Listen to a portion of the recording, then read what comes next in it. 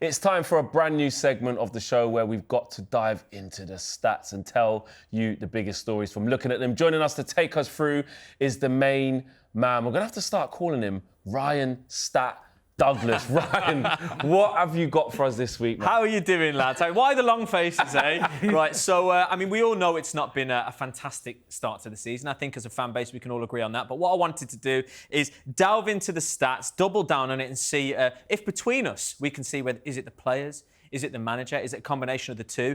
Maybe put some smiles on some faces. We won't. Spoiler alert. It doesn't make for good reading. So let's get onto it. And we're going to start with the disciplinary record here. I've got it here. So Manchester United are second currently in the total of Premier League yellow cards. OK, so you've got Chelsea just above them with 27, Manchester United with 24, and then just below them here, Wolves on 22. Now, from my perspective, Erik ten Hag doesn't strike me as a get-stuck-in kind of manager. So I'll throw it to you, Flex. What does this say? Does it show frustration within the squad? What do you think? Yeah, I think it shows a variety of things. I think it shows frustration at maybe not having the ball as much as we want to, things not going our way in games, not scoring, conceding goals, not playing the style of football that maybe the players feel comfortable playing. But also, it also shows that I think we're getting picked apart a lot. When you look at some of our fouls that get given and some of the yellows that get given, it's, Christian Eriksen in the first minute or two against Aston Villa, he has to pull back Rodgers because he's like, this is going to be a long afternoon. Rashford has a silly kick out. I can't remember who it was. For his second yellow. It could have been a second yellow. Yeah. Kobbie Mainoo actually, stats-wise, there was a point when he had the most interceptions. But, you look how much Manchester United's midfield gets run through. He's having to do a lot of chasing back towards the own goal, which means cynical fouls, tripping players up, pulling them back to not concede. So, I think it's a combination of a lot. And it also, I have to say, some of the refereeing has been disgraceful. I will say that. Yeah. Some of the yellow cards that are given / not given have not been consistent. But let's stay away from the refs because our biggest problem is not the refs. Yeah, I'll tell you what, you've struck it bang on there because we're going to elevate what you've said. We've talked about the yellow cards. Let's get the next stat because we're actually going to isolate. And I love Kobbie, but we're just going to have a look at this. He has the most Premier League yellow cards for a midfielder in the Premier League. He's currently on 4. I think it's the second most this stage, apart from 2017. Can you have a guess who was getting yellow cards at this stage in 2017? 2017? Yeah. Crikey. Throw it out to you. I'm going to say Fred. Rojo. Oh, Rojo. Yeah. See, so he had 5 at this stage, and Kobbie Mainoo's got 4. Now, I've got my thoughts on this, but I'm going to put it to you, Crookie, because I think you'd be perfect to answer this one. Why do you think this is? Is he over-relied on midfield? I think it comes back actually to what Flex was saying about the gaps that United give in midfield. Martin Keown actually last week took the drastic action of seeing how big the pitch was at Old Trafford because he was watching games on television and there just seemed to be so much space. It's actually the 10th biggest in the league. There's a stat for you. So it's actually, I'll leave. But it's actually not as big as you think, but it looks big. And Kobbie is getting these bookings because he's being isolated. He's not got that strong support alongside him. We thought we'd get it with Agate. We still might. It's very early days. But he's being asked to do probably too much. I also think out of possession, he could improve. Like you, I think he's a generational talent. But when he hasn't got the ball, quite often he gets caught upfield. He's having to get back. Maybe he's the wrong side of his man, and that's when he goes lunging in. Yeah, absolutely. I completely agree. He's having to press their 6. He's having to go out to the wingers. He's having to intercept. So I personally don't think this is a Kobbie Mainoo problem. I don't think he's a midfield brute. Yes, exactly that. He's not a destroyer in midfield. No, those aren't his attributes, are they? So, I think we can all agree on that. So let's take it to the next stat, and this one makes your eyes water a little bit. Goals in the first 7 top-flight Premier League games is just 5, which is, to me, that is unbelievable. Only Southampton have fewer goals, and that's on 4. And then we'll, again, elevate this and take this to the next stat here. That's since 1972, which was 4 goals. Now, I'm going to throw this over to Anil. There's been lots of rotation in attack. Do you think, obviously, Erik ten Hag recently going back to that 4-2-4, Do you think he has to trust a set four, Anil? Do you think he just has to put his trust in them and just keep starting them? Well, I think it's a wider aspect of I don't really think Erik ten Hag actually knows his strongest 11. I think if you were to say who are the ones that you rely on week in, week out, I'm sure there'll be a handful of players. But in regards to a starting 11, I don't think it's quite there. It's strong that you bring up the formation because I think this all leads, for me anyway, to the captain in Bruno Fernandes. I think he requires so much licence for freedom that it's often to the detriment of his fellow players. Got you. And you look at throughout his career at Manchester United, he's had the partnership with McFred. That wasn't quite good enough. Then that was taken apart. And then Casemiro was put in there alongside Fred. They obviously played quite well for Brazil. Didn't quite work out. Now it's Mainoo. Now it's Ugarte. Yeah. There's only one common denominator here. And it's quite ironic. You do say about the rotation there. I think the rotation rule only really applies to Marcus Rashford, doesn't it? But, look, I think there is so much to go off. But I think out of all of the amazing stats that you put there, I think the lack of goals is damning. Yeah. I think even under Ole Gunnar Solskjaer towards the end, everyone realised it was his time to go. But one thing you could never say was there was a lack of goals in the Manchester United team. And I think as a fan, I think that's probably the most hurtful, isn't it? The entertainment factor going forward, it's just not there. Yeah. Do you know what? I'm going to take what you've said there. Let's get the next stat, please. We're breaking it down even further. It's your one-stop shop, this is, if you're a Manchester United fan, to see how things have been going so far. Not one player in the Premier League has scored more than one goal. I mean, that, for me, that's about as frightening as it gets. You've got De Ligt here on one, Diallo on one, Garner on one, Rashford and Joshua Zirkzee as well. I'll talk about Joshua Zirkzee. Flex, I'm going to throw it over to you because, I mean, even the last time I was in the studio, Crookie was saying he's not a 20-goal kind of guy. No, he's not. I mean, he's got one goal. That was in the opening goal of the season. Yeah. What do you think about him? Where does he fit? Well, what type of striker do we want to have? I think he is chalk and cheese to Rasmus, so in terms of that sense, it gives a completely different option. But when the goals dry up in the team, he's definitely not somebody you can look to say he can get us out of it. Yeah. Because he's not a high-volume scorer. The stats don't suggest that. The experience he has in the game don't suggest that. His style of play doesn't suggest that. What he is decent at is dropping off the front, linking up with players, bringing other players into the game. Yeah. But for that, you need runners. For that, you need potent, high-scoring wingers. For that, you need high goal-scoring midfielders. Yeah. Whereby he can be the Firmino, where he can be the Kai Havertz, who actually, ironically, is scoring a lot of goals now, to be fair. Yeah, as well. But do you know what I mean? It's like, I don't think that, and look, he's young, so we've got Erik ten Hag keeps reminding us that we've bought young, so they need time.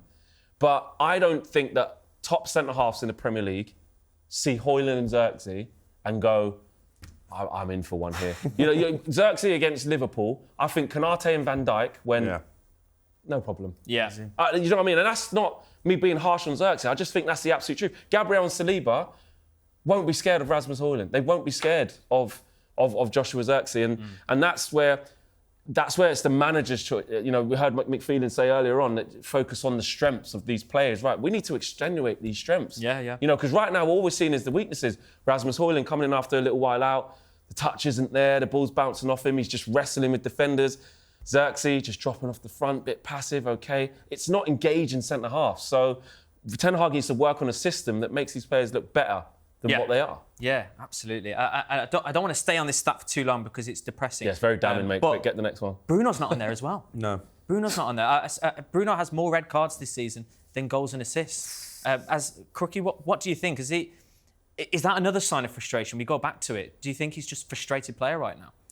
Yeah, I'm not sure he's enjoying, the role that he's got in this midfield. I think there's almost too many number 10s, isn't there? Because Zirkzee wants to play in there. Mason Mount, when he comes on, wants to play in there. The wingers want to cut inside as well. So it makes the pitch very narrow. Yeah. Rasmus Højlund quite often can drop deep as well. So I think what you're seeing from Bruno, and it's come out in those two red cards. We disagreed about the Spurs one. I think it was a petulant kick out. I think that was a sign of frustration. I think he deserved to go. Obviously, the PGMOL and the FA don't agree because that red card got overturned. But even the one in Porto, he's already on a booking, which again was born out of frustration. He knows if he doesn't make contact with the ball, it's high foot in Europe, you're going to be off. Yeah. And I think that just tells you that his brain's a little bit scrambled at the moment. He's disappointed that he's not reaching his own standards, and the team around him certainly aren't either. Yeah, he's a polarising figure, but I completely agree with that high foot thing because he's smarter than that. Stupid. And we've seen he's smarter than that. Yeah, exactly. Let's move on. Get it out of my face. Next one. Points from the first 7 league games. We've moved on to this one now. No good ones. There's no good ones. And we know this. Of course, this is what we're staring at all the time. So it's the Premier League table. And there's just 8 points accumulated currently. So all those stats, we're talking about the disciplinary record. We're talking about the goals. It's not translating well into the league table. And I'll elevate it. Let's move on to the next one as well. That is the fewest since 89-90. Where it was only 7 points, and we finished 13th in the league. That was around the time the Fergie banner was famously unfurled, wasn't it? Exactly that. It was an Alex Ferguson season. So, I mean, there'll be people who are defending Ten Hag who will look at that, go back and say, you know, Sir Alex Ferguson, he had a tough time of it as well. But it is the worst start to the Premier League season ever for Manchester United. Anil, I hate to hit you with this question because it is a deep one, but are Erik Ten Hag's days numbered when you look at this being the worst start in the Premier League? You did there, numbered stats. Very good, yeah, see? He's almost too good for his own. Didn't even know I was doing it. That's how good I was. All them peach iced teas. Oh, not on camera, Crookie. I don't want people knowing I drink peach iced teas. He's lying. That's not... Yes, so Erik Ten Hag, are his days numbered? Yeah, I think, look, even the most optimistic and loyal Erik Ten Hag supporters will see just the graphics and the numbers that you've gone through there. Yeah. And it's very hard to almost argue against it. You know, the lack of goals, the lack of points, the lack of performances. There isn't much we can really go off in regards to try and support Erik Ten Hag. I think the only sort of narrative or explanation as to why we would keep him at Manchester United is because we don't want to keep going down the route of sacking managers. And I understand that. We want change. We want to stay loyal to an individual. But 2 points there. Realistically, has he deserved the loyalty of the Manchester United fans, especially just this season? And secondly, by that nature, if I was in charge of Manchester United, I would be kept as well, because we can't keep sacking the managers. There needs to be a bit of evidence that we need to stay loyal to him. I think this was his big chance. It was almost a clean slate. You had a really good first season, difficult second season, which was masked a little bit, well, quite a lot by the FA Cup. Let's see what the third and most determining season would be. And here we are, still talking about the same problems. Yeah, exactly that. And you look at it, he's averaging 1.14 points a game in the Premier League this season. Should be enough to stay up. We need to get to 40 points, mate. I'm not sure. Do you know what? You're absolutely right, Crookie. Is there a chance we finish outside the top 10? Yeah, on current form. Yeah. You know, there's some good teams in this league. Think about what we're saying here. There's better organised teams, there's better coached teams, not necessarily better players, man for man, but there are clubs like Bournemouth, for example, who know exactly what they're doing under Andoni Iraola. They look upwardly mobile to me. Yep. I saw Brighton come back from 2-0 down to beat Spurs at the weekend, which was hilariously funny, obviously. But, I mean, you've got to say they're in much better shape to challenge for Europe than United are. I have to say as well, for me, apart from teams that you go, they just come up from the Championship, so yeah, you expect them to sort of be around the bottom three. Yeah. Man United are pound for pound the worst team in the league. For me. Yeah. Like for money spent, the stature of the club, you know, we've won a couple of trophies, we've been in the mud for a while. Pound for pound, with what the expectation is and what we're trying to get away from, I think we're the worst. I honestly do think that. And that's not sensationalism, it's not over. When I look at us and look at how we're coached, with the players that we've actually gone on to buy, the players that we've said aren't good enough anymore, Fred, we need to move on, we need to move away from Maguire, take the captaincy off him, get rid of Scott McTominay, these aren't Man United calibre. With all that into consideration, for the players we've brought in, with the manager we've stuck by, pound for pound, I think we're the worst team in the league, mate. So do you boys think then, in regards to what you've just said there, the squad at the moment at Manchester United, do you think if they were better coached, they have got a team capable of even getting a top four finish? The players are better than the results and the performances, but it's actually quite embarrassing. You just look at the league table, let alone the numbers behind it. Fulham, Brentford, Forest, all look streets ahead of United at this moment in time. And that's no disrespect to any of those clubs. Brian and Brentford scored more goals than us. Oh, Flex, don't hit me with that. I don't know if that stat's on there. That's awful. Brian and Brentford scored more goals than Manchester United. He's probably done all of that. So is Raul Jimenez. As well. That's what I mean. So it's like we're breaking every single metric possible. And even one before that, you said about since 89, 90. Yeah. Also, the stat before that, Eric done his own record He did. Because he's got the second worst start as well. You can't say he's not a record breaker. There's no injuries anymore. He'll be telling us that at the end of the season. Extra 200 million spent. 10 games in all comps. Where are we in the new Europa League thing? 24th or something like that? No, I think we're just about in the we don't look at the table. I'm not looking at the table. What other metrics do we need? Out of 10 games, won 3. Do you know what I think we need to do? I think for the next time, Ryan, you appear on this show, we want nothing but positive. So just go back to the first season. We'll only wheel you out when we win. Yeah, okay, that's great. Great idea. I hate to double down on what you've just said, but I'm going to do it because let's take it to the next stat here. Just looking at these last 3 Premier League games, Aston Villa 0, Man United. By the way, that was an absolutely stinky game. What a 90 minutes that was. And then, of course, the Man United 0, Tottenham 3. I was there for that one. It was worse in person. It really, really was. Crystal Palace 0, Man United 0. Which out of the 3, you would say, and here's a positive and 0, so I'm going to go to the positive. That was probably the best game because we created so many chances. But then you talk about Rashford and everything like that. I mean, it just goes back. We go around in a full circle. The previous worst goalless run under Ten Hag was in December 2023. That was a 3-0 loss to Bournemouth. That was Liverpool 0, Manchester United 0, and West Ham 2. United 0 as well. Why? What's happening here? Why is this happening? Why is there so many blanks? Let's take it to the next stat and have a look. Big chances missed. This is where we're going to have a look at it. Oh, we've made the top 4. Yeah, exactly. Clip it. Take a picture. Arsenal and Spurs joint for big chances missed. They're both on 18. And then you've got Manchester United and Liverpool here, joint second with 17. Now, there's a few things here. There's a few things you can go off the back of. And I'm sure people that will be defending Ten Hag will look at this and say, well, we're creating the chances. It's just the players that aren't finishing it. And I'll throw it to you, Flex. What do you think here? When you see 17 big chances missed, how do you read into that? Do you see that as a positive or do you see that as a negative? It's a negative. It's a negative because you're missing.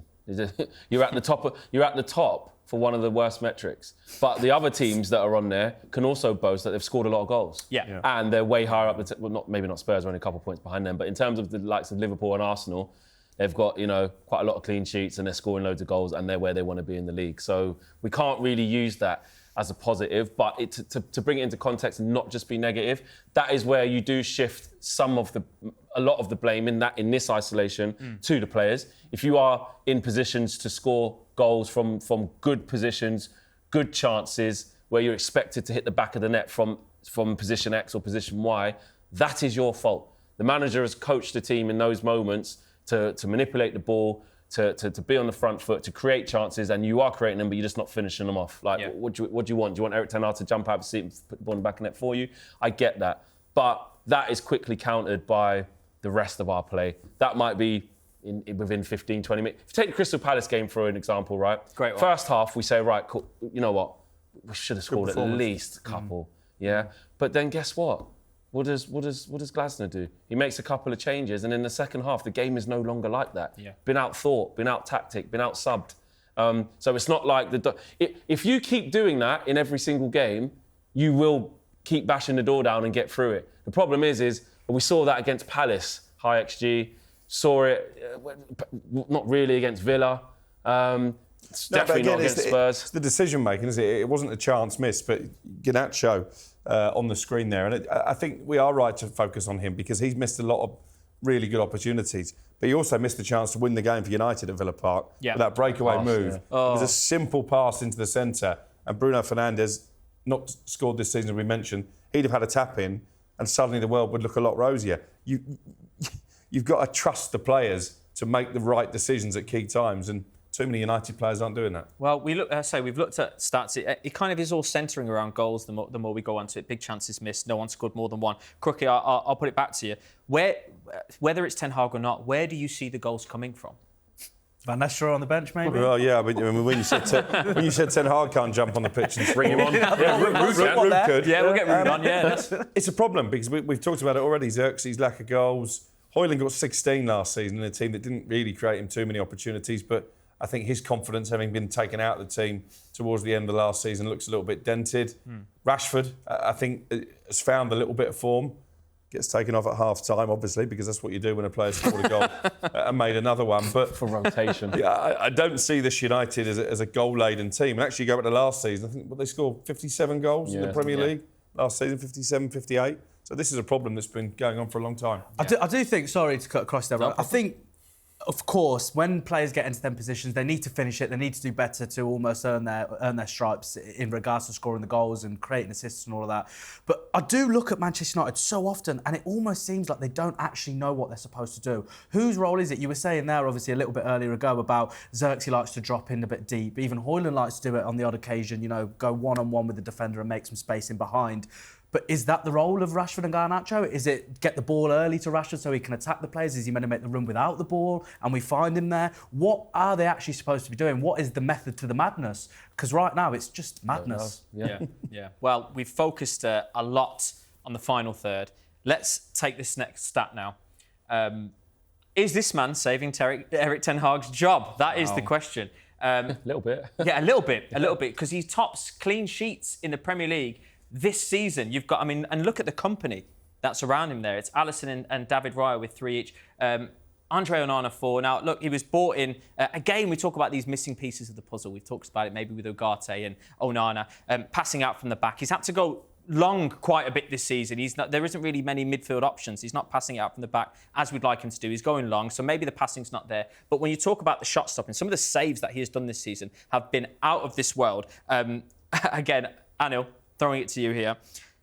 Is he saving Erik ten Hag's job here? Do you know what? I put you a task earlier, didn't I, of finding some positives, and I think this is a positive. I think Onana, look, the scrutiny he had last season, he had some really high-profile mistakes and some difficult games last season, but this has gone under the radar completely. I was almost surprised when I saw that statistic because he has got the most clean sheets of the season, and it's almost quite similar to when David De Gea had the most clean sheets at one point and people wanted him out. Yeah. But look, as an individual, he'll be more than happy with that, and it does make you worry a little bit, doesn't it? If he wasn't to get so many clean sheets, would we sit here talking about Erik ten Hag, or would we potentially be talking about a different manager? Absolutely not, mate. At Southampton, mate, our confidence was already on the floor. Oh, that was a big moment. Cameron Archer scores that penalty, and this is why you're talking about how important Onana is. If he scores that penalty, yes, I know Southampton, poor side, might come back, but we know our team as well. Yeah. And we would have lost. We probably would have lost that game. That double save from Eddie Nketiah and then Sarr against Crystal Palace. Like, he's not really got any right to make the second save. First save, yes. Second save, no. If we'd have lost that game, again, that would have been another loss on this run. And that you're talking Erik ten Hag probably would have gone. So I think actually, in isolation, because up until this international break, those two saves, those two games, Southampton and Palace, even though one was a win, one was a draw, absolutely, I think he's helped contribute to Erik ten Hag still being here. It's interesting what you said about he's being more direct, because that wasn't the case at the start of the season, was it? In that Community Shield, there was a lot more passing out from the back. Fulham on the opening weekend of the season. And again, that tells you that already Ten Hag is sort of in survival mode, because he's ditched those philosophies, those principles of how he wants the team to play. He's now just trying to grind out results. He goes back to the double change at the back of the weekend. That wasn't a double change made with a long-term plan, because clearly Johnny Evans isn't part of the long-term future of Manchester United. It was Erik ten Hag clinging on to his job for dear life. Yeah, it's almost his safety philosophy. Yeah. It's almost his safety philosophy, isn't it? He's reverted back to it because obviously he knows his back's against the wall. I'm just going to compare it to Onana's last season. He got 9 clean sheets. Before that was David De Gea, who got 17 clean sheets. I just want to throw that out there. In that season, that was his last season, wasn't it? Yes. And he had some absolute howlers in that season. I remember away at West Ham, Ben Rama went through. But then in his very last game, he saves a penalty from Mitrovic, boots the ball into the Stretford end. And obviously David De Gea went on to leave. But we weren't a good team. No. We weren't a good team. You can have an individual honour, because you're doing all right. Hence why Rasmus Højlund last year, 16 goals, Man United finished 8th. Yeah. Negative goal difference. So it's good for Onana, because he needed that, to be fair, especially the start he had and the scrutiny on him. I still have some... I still get a bit worried. Like every sort of 8 to 10 games, he might have a boo-boo in there. But to be fair to him so far, he deserves his flowers, and I think we have to give him that. And the one thing I'll say about Onana, just before I finish as well, personally, I love the way he comes out and speaks to the media. I actually think he's got an absolutely brilliant personality. He takes all the negativity on his shoulders as well. So, yeah, he firms up to it. But, lads, to summarise, work to be done? What do you think? Decisions to be made. We knew that without your stats. Decisions. There you go.